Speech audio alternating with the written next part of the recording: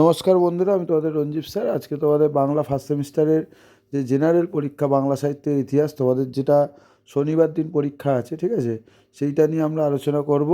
8 তারিখে বাংলা সাহিত্যের ইতিহাসে তোমরা 1800 খ্রিস্টাব্দের পূর্ব থেকে তোমাদের সিলেবাসটা সিসিএফ আন্ডার তোমরা দেখেইছো যে প্রত্যেকটা কিন্তু পরীক্ষায় কিন্তু কমন কোশ্চেন আসছে, ঠিক আছে। বাংলাতেও তোমাদের যে মেন কোশ্চেনগুলো সেইগুলো আমি স্টার মার্ক করে রেখেছি। এই কোশ্চেনগুলো তোমরা করো, আসবেই আসবে। এটা আমার সেকেন্ড চ্যানেল, ফার্স্ট চ্যানেলটা কোনো অসুবিধার জন্য খুলছে না, একটু টেকনিক্যাল প্রবলেমের জন্য। আমি চেষ্টা করছি, কিন্তু ফার্স্ট তোমাদের সিলেবাস যাতে বা তোমরা সাজেশান পাও, পরীক্ষা অসুবিধা না হয়, ওই জন্য আমি সেকেন্ড চ্যানেলটা খুলেছি। তোমরা পারলে সাবস্ক্রাইব করে রেখো।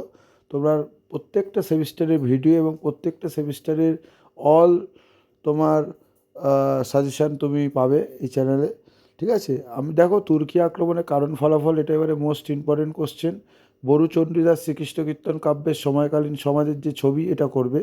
মডেল 2 থেকে আমি বেশি দিইনি। বাংলা সর্বাধিক প্রসিদ্ধ রামায়ণ রচয়িতা কৃত্তিবাসের আবির্ভাব, এটা অনেক সময় এরকম আসে।